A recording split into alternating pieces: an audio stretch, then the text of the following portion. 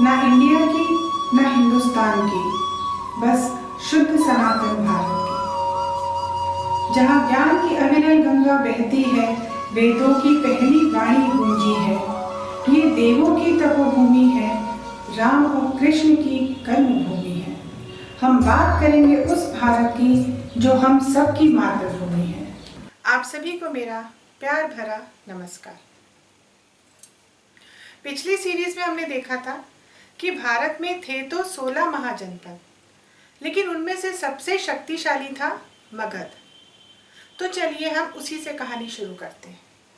ये कहानी शुरू होती है 540 बीसी में, जब बिंबिसार मगध का राजा था। बिंबिसार बहुत ही महत्वाकांक्षी था और लालची भी। उसे बाकी के महाजनपदों पर भी राज करना था और मगध की सीमाएं भी बढ़ानी थी, जो उसने बढ़ाई भी। लेकिन कैसे? सीधी सी बात है, आप कहेंगे कि लड़कर ही बढ़ाई होंगी, कोई अपना राज्य दान में थोड़े ही देगा, यही सोच रहे हैं ना? तो आप गलत सोच रहे हैं, क्योंकि बिंबिसार को कुछ महाजनपदों ने अपना राज्य दान में ही दिया था। चौंक गए ना? दरअसल बिंबिसार सिर्फ लालची ही नहीं था, चालाक भी था।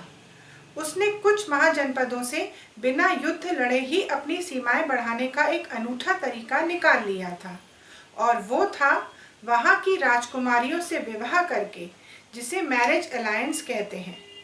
इससे बिंबिसार एक तीर से दो शिकार कर लेता था। एक तो ये होता था कि दोनों राज्यों की आपस में मित्रता हो जाती थी, और दूसरा यह कि अपनी पुत्री के विवाह के बाद उस महाजनपद का राजा मगध का आधिपत्य स्वीकार कर लेता था। इस प्रकार की कूटनीति से इसने कोसल, लिच्छवी, वैशाली और मद्र को मगध महाजनपद का ही हिस्सा बना लिया था। जब भारत के इस हिस्से में बिंबिसार लगातार मगध की सीमाएं बढ़ा रहा था, तो भारत के उत्तरी छोर पर भारत के इतिहास की कुछ बहुत ही महत्वपूर्ण घटनाएं घटित हो रही थीं। तो कुछ समय के लिए बिंबिसार को मगध की सीमाओं में छोड़कर हम आपको लेकर चलते हैं भारत के उत्तर पश्चिमी छोर में स्थित कंबोज और गंधार महाजनपदों पर। ये समय था 550 बीसी का, यानी बिंबिसार के मगध का राजा बनने के 10 साल बाद। आपको याद होगा कि भारत बाकी के विश्व से सिंधु घाटी सभ्यता के समय से ही व्यापार करता रहा है। यही कारण है कि भारत की चर्चा संपूर्ण विश्व में शुरू से ही होती थी और इसे सोने की चिड़िया कहा जाने लगा। उधर विश्व में भारत के बारे में जानने के लिए लोग उत्सुक हो रहे थे, और इधर भारत के महाजनपद सिंधु नदी से शुरू होकर गंगा और उसके आगे तक फैलते जा रहे थे। तो सिंधु नदी के इस पार थे महाजनपद कंबोज और गंधार। सिंधु नदी के पार होने के कारण भारत के शेष जनपदों से ये थोड़े से कटे हुए से थे। इन भौगोलिक परिस्थितियों को देखते हुए होना तो यह चाहिए था कि दोनों आपस में मित्रता रखते, लेकिन शायद इन दोनों में से किसी भी राजा के पास बिंबिसार जैसी दूरदृष्टि नहीं थी। खैर, जब भारत की ख्याति पर्शिया यानी आज के ईरान तक पहुंचती है, तो वहां के राजा साइरस के मन में लूट के इरादे से भारत आने का विचार आता है। वो अपनी सेनाओं के साथ भारत की तरफ चल देता है।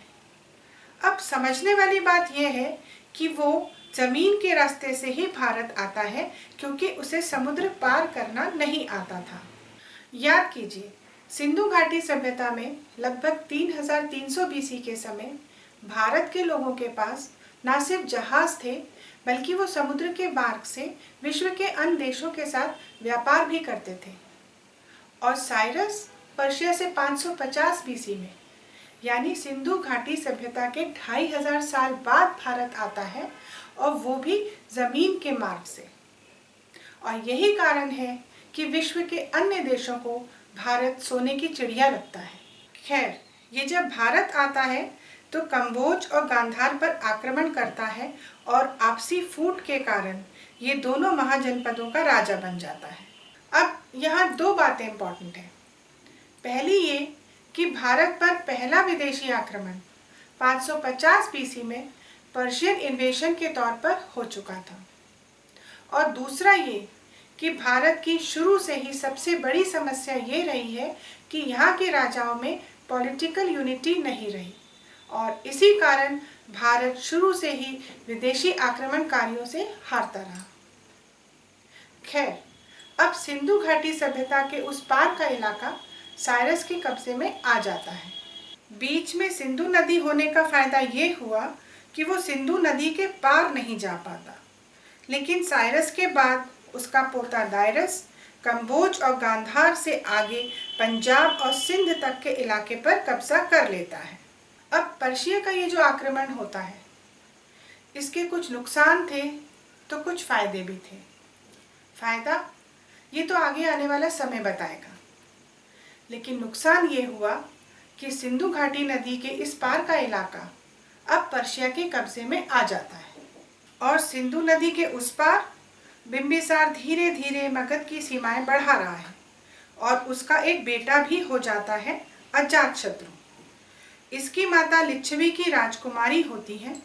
समय के साथ बिंबिसार की उम्र हो जाती है और उसका बेटा अजातशत्रु बड़ा हो जाता है। वो बिंबिसार से भी ज़्यादा लालची होता है। राजा बनने की चाह में अजातशत्रु अपने पिता को ही मार देता है और खुद मगध का राजा बन जाता है। यह अजातशत्रु 492 से 460 बीसी तक मगध पर राज करता है और अपने पिता की ही तरह मगध की सीमाएं लगातार बढ़ाता चलता है। अंग महाजनपद पर कब्जा करने के साथ साथ कौशल और वैशाली पर भी जीत हासिल कर लेता है। आपको याद होगा कि भारत के इतिहास में यही वो समय भी था जब जैनिज्म और बुद्धिज्म उदित होने लगे थे।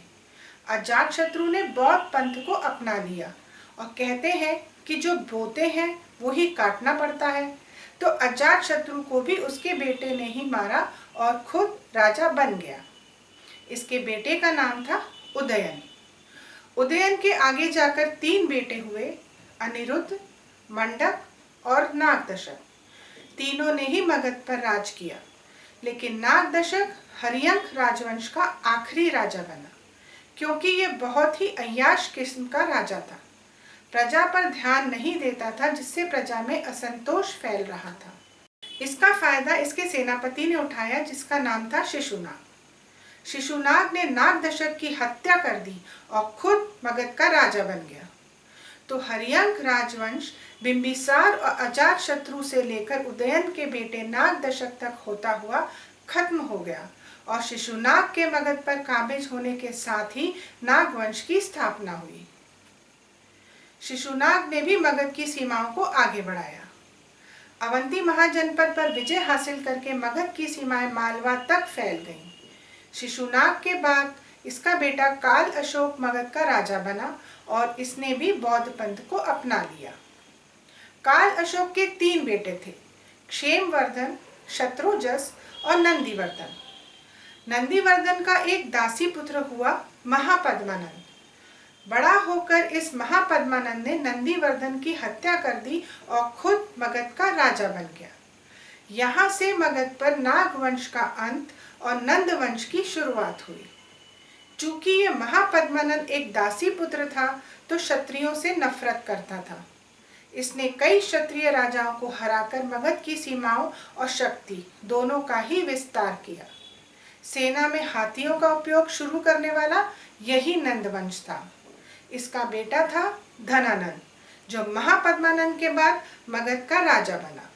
धनानंद बहुत ही अय्याश किस्म का क्रूर और घमंडी राजा था, जो अपनी प्रजा पर बहुत ही ज्यादा अत्याचार करता था। प्रजा इससे दुखी थी, लेकिन ये इतना शक्तिशाली था कि प्रजा इसका कुछ नहीं कर सकती थी। धनानंद के समय तक मगध इसलिए भी शक्तिशाली हो चुका था क्योंकि एक तो यहाँ की धरती प्राकृतिक संसाधनों से भरपूर थी, जिसमें लोहा प्रमुख था। इससे इनके लिए औजार बनाना बहुत ही आसान था। दूसरा, मगध की जो भौगोलिक स्थिति थी वो भी उसे प्राकृतिक रूप से एक सुरक्षा प्रदान करती थी। गंगा, गंधक, घग्गर और सोन जैसी नदियों से घिरा और पहाड़ों से घिरा हुआ मगध एक अभेद्य किले जैसा था। जिस समय धनानंद अपने साम्राज्य और शक्ति के नशे में चूर था, वो समय था 329 बीसी का। लगभग इसी समय 330 बीसी में सिकंदर भारत की ख्याति सुनकर उस पर विजय हासिल करने के लिए आता है। मेसोपोटामिया यानी ग्रीस से सिकंदर भी पैदल ही उसी रास्ते से आता है जिससे पर्शियन आए थे। विश्व विजय पर निकला सिकंदर की सेनाएं रास्ते भर युद्ध लड़ते हुए और जीतते हुए आ रही थी।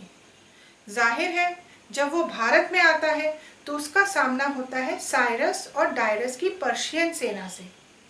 इस लड़ाई में सिकंदर जीत जाता है और भारत का कंबोज, गांधार, पंजाब और सिंध का जो भाग कल तक पर्शिया के कब्जे में था, अब वो सिकंदर के कब्जे में आ जाता है। अब वो यहाँ से आगे बढ़ता है और सिंधु नदी को पार कर लेता है। लेकिन अभी भारत में और आगे बढ़ने के लिए उसे 5 नदियां और पार करनी थी। सिंधु नदी के पार थी झेलम, और झेलम और चनाब के बीच में कौन था? राजा पोरस। झेलम नदी के किनारे भारत के इतिहास का वो युद्ध हुआ जिसे पोरस हार कर भी जीत गए।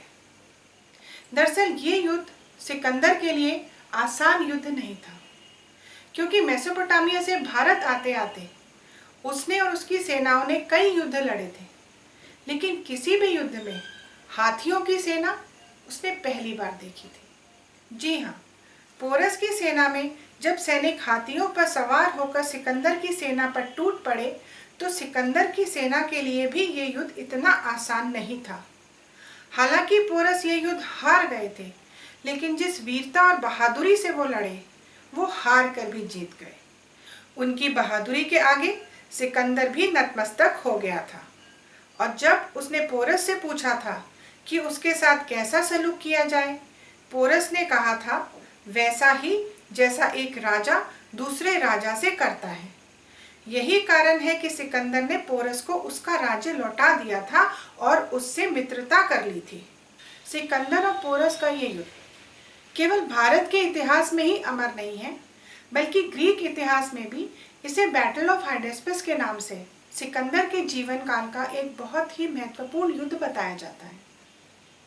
लेकिन क्या आप जानते हैं कि ये युद्ध सिकंदर के जीवन का आखिरी युद्ध भी बना, क्योंकि इसके बाद वो व्यास नदी को कभी पार ही नहीं कर पाया और ना ही वो भारत में और अंदर तक आ पाया। ऐसा क्यों हुआ, इसकी कहानी भी बहुत ही दिलचस्प है, जिसकी बात हम करेंगे सीरीज के अगले भाग में। आपको हमारी सीरीज कैसी लगी? अपने विचार हमारे साथ कमेंट बॉक्स में शेयर कीजिए। हमारे वीडियो को लाइक कीजिए, शेयर कीजिए, चैनल को सब्सक्राइब कीजिए, क्योंकि इस प्रकार की सीरीज को बनाने के लिए बहुत रिसर्च और टीम वर्क की ज़रूरत होती है।